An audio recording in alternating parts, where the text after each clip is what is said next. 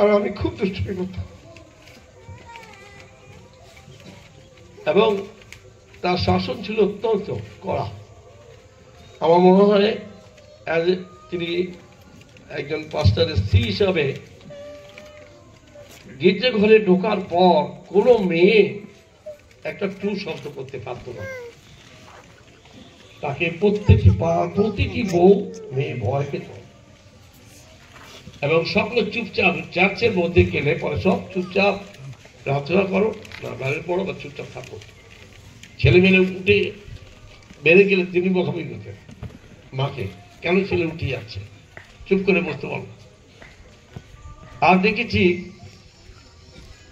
তিনি পাস্টারের স্ত্রী হিসাবে নয়, আজকের পাস্টারের স্ত্রীরা সেরকম নয়, কিন্তু উনি প্রতিটি বাড়ির, আমরা বলতাম রেডিও, কোথায় কে হয়েছে আমরা কিছুই জানি না, মা জানে, আর সে খবর আমাদের বলতো।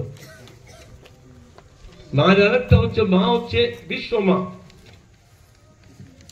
এবং আমাদের বাড়িতে খুব গরিব ছিলাম ঠিকই, কিন্তু এই বিষ্ণুপুরের বহু ছেলে মেয়ে আমাদের না খাইয়ে মা তাদের জন্য খাবার একদম। আজকে অনেককে দেখতে পাই না, দেখলে কথা বলে না, কিন্তু আমরা দেখেছি। এবং আমাদের সঙ্গে জমিতে কাজ করতাম, আমাদের জমি জমা ছিল অনেক, তাদের খেতে দেওয়া, সেই জমিতে লোক লেগেছে তাদের জন্য ব্যবস্থা করা, আবার গরু ছিল সেই গরু দেখা। তখন ঘরে ঘরে কল ছিল না, জল আনতে হতো। এই সমস্ত কাজ মা কিন্তু অত্যন্ত পরিশ্রমী ছিলেন, যেটা বলা যায় না। আজকে হয়তো মেয়েরা সেরকম কাজ করতে পারবে না। আমাদের জমি জমার কাজও তিনি দেখতে যেতেন। আমাদের বাড়িতে কাকা মা ওরা যেতে পারতো না, কিন্তু মা যেতেন, কি করছে না করছে। তারপরে সেই ধান ওঠার সময় তো পাগলের মতন থাকতেন। ধান উঠবে, কোথায় ধান রাখা হবে, কোথায় ঝাড়বে, কোথায় তুলবে, এই সমস্ত বিষয়ে একা। আর বোন হীরা যেটা বলল, আমাদের পরিবারে ঈশ্বরের দয়ায় আমরা এক বৃত্ত এখনো পর্যন্ত।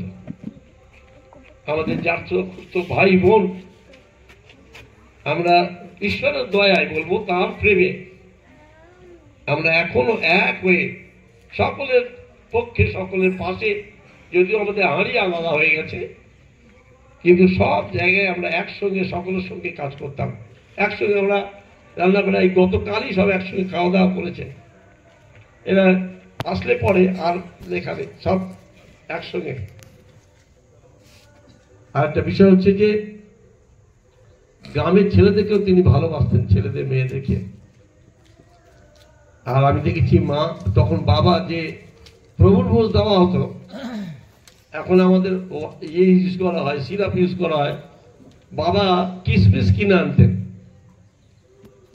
সেই কিসমিসকে জলে ফুটিয়ে সেই রস নিংড়ে বাবাকে প্রভু ভোজের ওই সিরাপটা মা তৈরি করে দিত, মার দায়িত্ব ছিল। তো এইরকম ভাবে মাকে, বাবাকে এসে খবর দিতেন মা যে অমুক বাড়িতে অসুস্থ হয়েছে, তুমি যাও। এবং মা তো যেতেনি, বাবাকেও পাঠাতেন, বাবা সময় করে যেন সেই বাড়িতে গিয়ে প্রার্থনা করে। আজকে যেটা অভাব খুব, আমরা এরকম মাকে পেয়েছি, আমাদের সৌভাগ্য। আমার ভাই মণি এবং বোন কাজল সবসময় আমরা কৃতজ্ঞ চিত্তে আমরা তাদেরকে ধন্যবাদ জানাই, ঈশ্বরের কাছে প্রার্থনা করি। আমি সবসময় তো বাইরে থাকি, আমি মায়ের কোনো সেবাই করতে পারিনি, কিন্তু এরাই করত। এবং প্রার্থনা করি যেন ঈশ্বর তাদেরকে আশীর্বাদ করেন। আজকে দিনে মাকে হারিয়ে সত্যি কষ্ট হয়, কিন্তু তথাপি আমি প্রার্থনা মনে মনে করতাম, বলতাম না মা ঈশ্বর পিতা তুমি মাকে তুলে নাও, আমি বলতাম, কারণ মা শুয়ে আছে এবং যে মা কি কষ্ট পেত জানি না, কিন্তু আমার ভাই বোন এরা খুব কষ্ট পেত।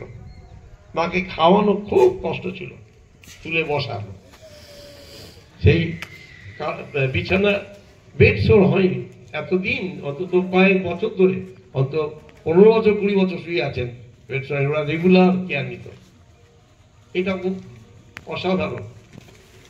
আমরা সত্যি কৃতজ্ঞ, ঈশ্বর তাদেরকে আশীর্বাদ করুন।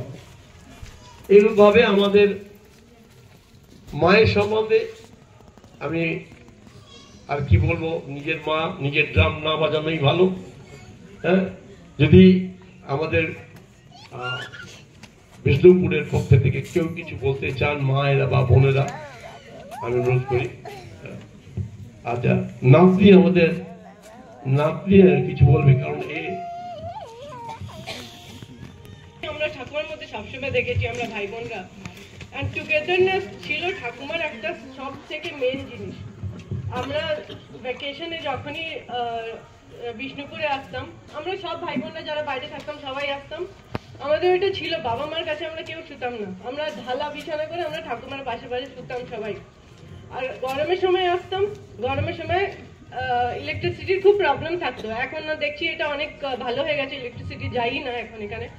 বাট ওই সময় ঠাকুমার পাশে আমরা যে শুতাম, ঠাকুমার হাতে একটা পাংখা থাকতো, ওটা কন্টিনিউয়াস এমনি এমনি হতো। হয়তো কখনো ঠাকুমা ঘুমিয়ে গেছে এমনি হতো, আবার উঠে আবার এমনি এমনি করছে।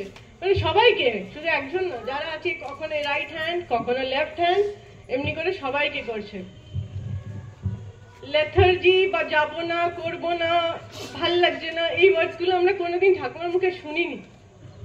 ইভেন কি মাঝরাতেও যদি আমাদের ওয়াশরুম লাগতো, আমাদের ওয়াশরুমটা ঘর থেকে উঠুন পার করে অনেক দূরে তেঁতুল গাছতলা, একটু ভয়ও লাগতো, ভূত থাকে তেঁতুল গাছতলা। বাট ঠাকুমা ওয়াশরুম যাবো, সঙ্গে সঙ্গে উঠে যেত। মানে কোনো লেথার্জি যাবো না বা করবো না, আচ্ছা তোরা যা, নো নেভার। ঠাকুমা আমাদের সাথে সাথে যেত, ওই হ্যারিকেন বাতিটা নিয়ে চললো, আমরা পিছন পিছন গেলাম ঠাকুমার সাথে, ওয়াশরুম করে আসলাম। আর সব সময় আমরা এখনো স্টিল আমরা টুগেদার আছি। হ্যাঁ, ভাই বোন আছি, ঝগড়াঝাটি অশান্তি হতেই পারে, বাট টুগেদারনেসটা আমাদের মধ্যে, আমাদের বাবা কাকাদের থেকে আমাদের মধ্যেও এসে গেছে জিনিসটা। আমরা অনেক ঝগড়া লড়াই করি, but we are still very together. আর আমাদের একটা ভয় থাকতো কি অকেশন হচ্ছে তো আমাদের সবসময় সবকিছু একসাথে করতে হবে, নাহলে ঠাকুমা বকবে। ঠাকুমা এই জিনিসটা পছন্দ করতো না কেউ একা কিছু করুক বা কিছু। সবসময় ঠাকুমা চাইতো আমরা সবাই মিলে সবাই একসাথে থাকি, সবাই একসাথে করি। এই জিনিসটা আমার ঠাকুমার অনেক গুণ ছিল।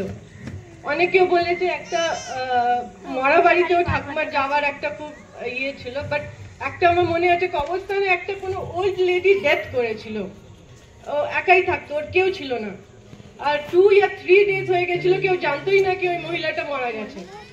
বাট আমার যখন খবর পাই তখন আমার ঠাকুমা গিয়ে ওই লেডিটাকে চান টান করিয়ে রেডি করিয়েছিল কবরস্থানের জন্য। মানে এইগুলো সবাই পারে না করতে। ঘৃণা করা বা এইসব ঠাকুমার লাইফে ছিল না এইসব জিনিস।